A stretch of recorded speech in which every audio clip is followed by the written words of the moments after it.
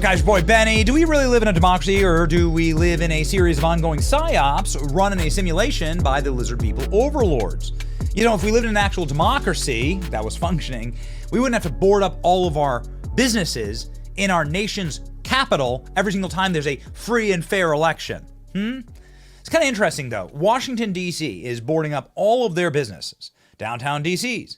Boards up windows and doors ahead of Election Day. Why would that be? Who lives in Washington, D.C.? You know, voter registration in Washington, D.C. is less than 10% Republican. So you're going to have to ask the question, who is it they are protecting themselves against? And exactly which election result would lead to rioting?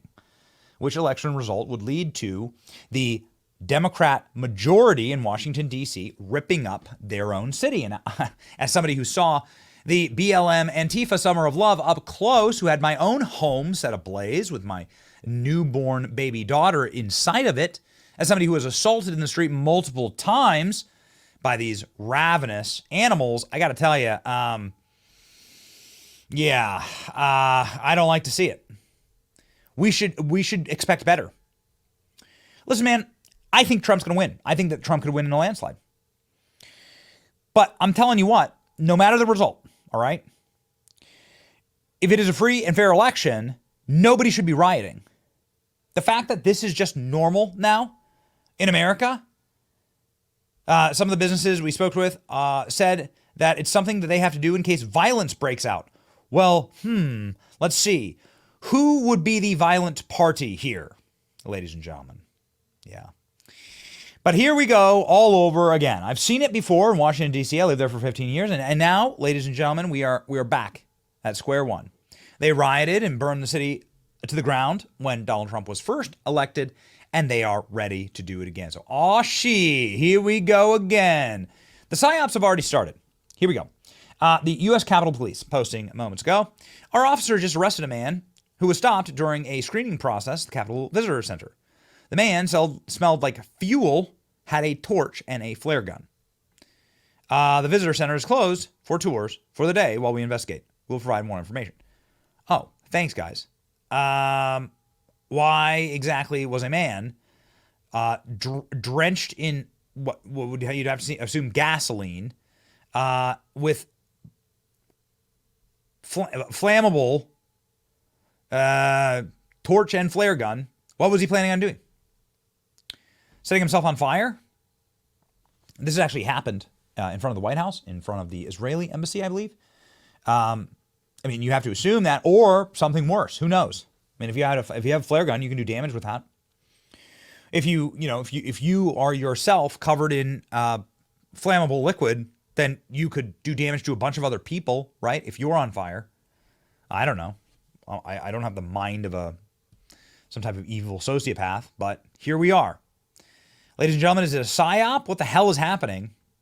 Man who smelled like fuel with a torch arrested at the U.S. Capitol. U.S. Capitol Police have arrested a man entering the visitor center at 1:45 Eastern Standard Time. Our officers arrested this man. He smelled like fuel. We're going to investigate. U.S. Capitol is on lockdown. Kamala Harris has erected a fence, by the way, around her home, along with a fence going around the White House. Again, 90% of Washington, D.C. is Democrats. So what, like the 10% of cuck Republicans, Paul Ryans, who live there, you think they're going to riot? Yeah, okay. These guys don't even have the energy to tweet anymore. They're completely cucked, all right? They're sitting in the chair in the corner of the bedroom, you know? Yeah. So they're protecting against themselves, right? So they're protecting against their own Democrat supporters, saying that Trump's going to win.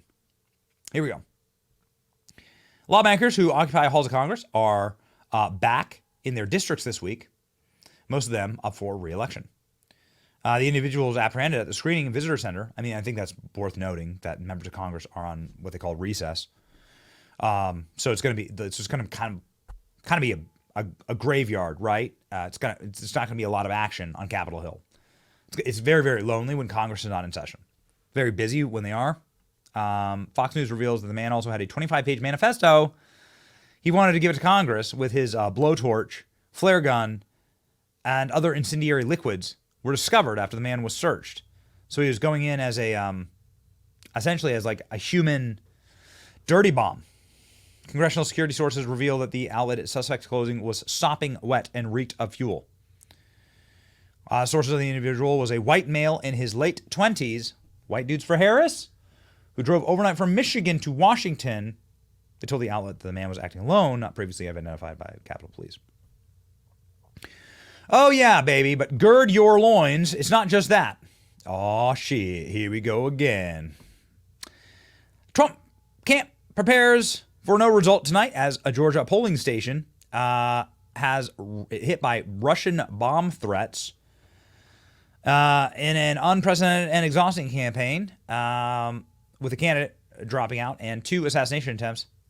Donald Trump has a 60% chance of winning. Technical issues have hit Indiana and crucial swing state of Pennsylvania, where voting hours have been extended after voters were instructed to place their ballots inside of a box because of a software malfunction. Amazing how that happens.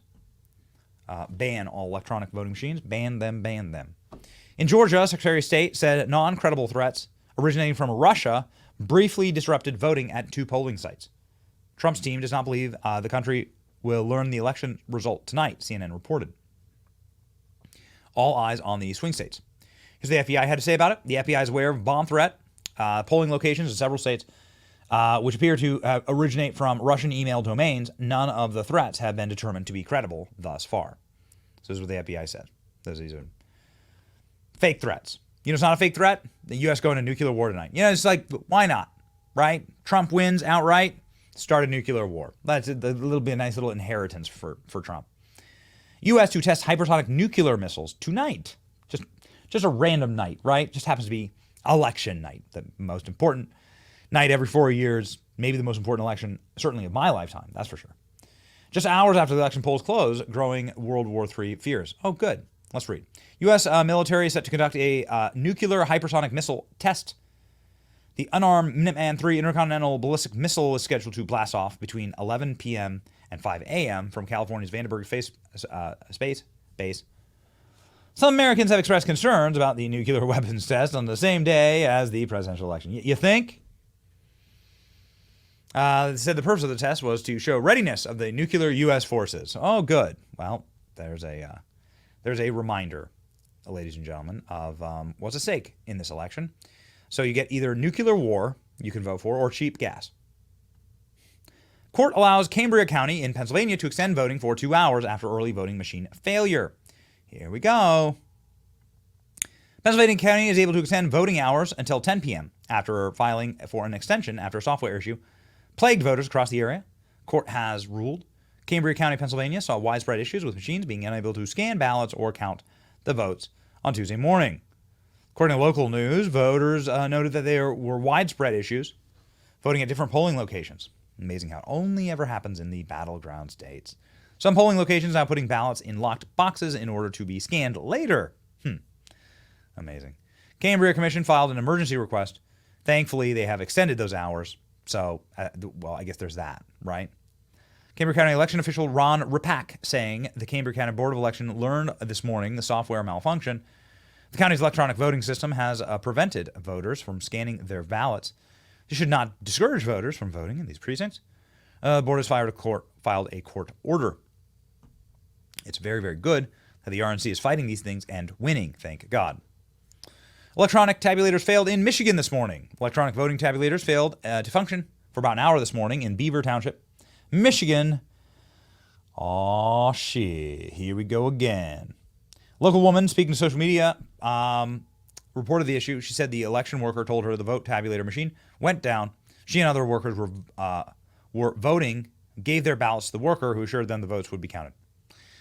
Yeah. I don't know, man. It's kind of why I like early voting in a way. The more I see the early voting trends this last cycle, the more I'm like, yeah, dude, maybe early voting is the way. Because then it stops shenanigans on election day. Fulton County polling sites evacuated after bomb threat. This bomb threat is a different one. This is exciting.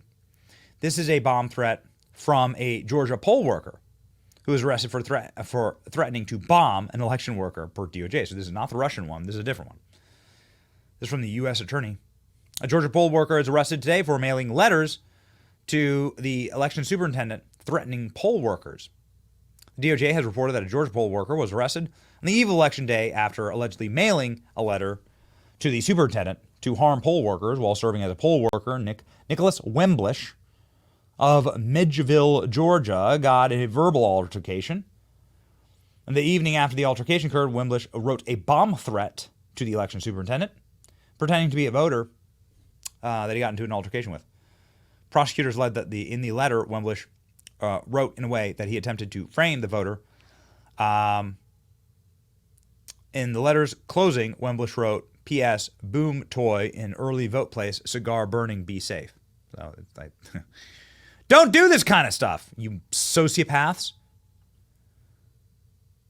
He will be charged with mailing a bomb threat, conveying false information about a bomb threat, mailing threatening letter, and making false statement to the FBI. Good. Fantastic. Applause. This is exactly what should happen to people like this. What about the people who burned down Washington, D.C. while I was living there? Like, where's the FBI investigation in them? What are the ones who are about to burn down D.C. when Donald Trump wins? You know, it's pretty amazing. Like, the limitations on our federal agencies to investigate the criminals inside their backyard who are the adjutants for such horrors that are destroying the nation and that literally burn it to the ground. I've watched it with my own two eyes. I'll never forget the smell. Like literally setting the nation's capital on fire, and they were allowed to do it, and it's totally evil and it's totally wrong. We should never allow it ever again. Law and order, arrest these people that are messing with our elections. Cut it out, right? This is what being a patriot is. And keep your head on a swivel. We've been saying it. Shenanigans, all about. Keep your head on a swivel. It looks like we're going to have, hopefully, a relatively clean election day. And we're keeping our eyes out. It's your boy Benny. Like, share, and subscribe. See ya.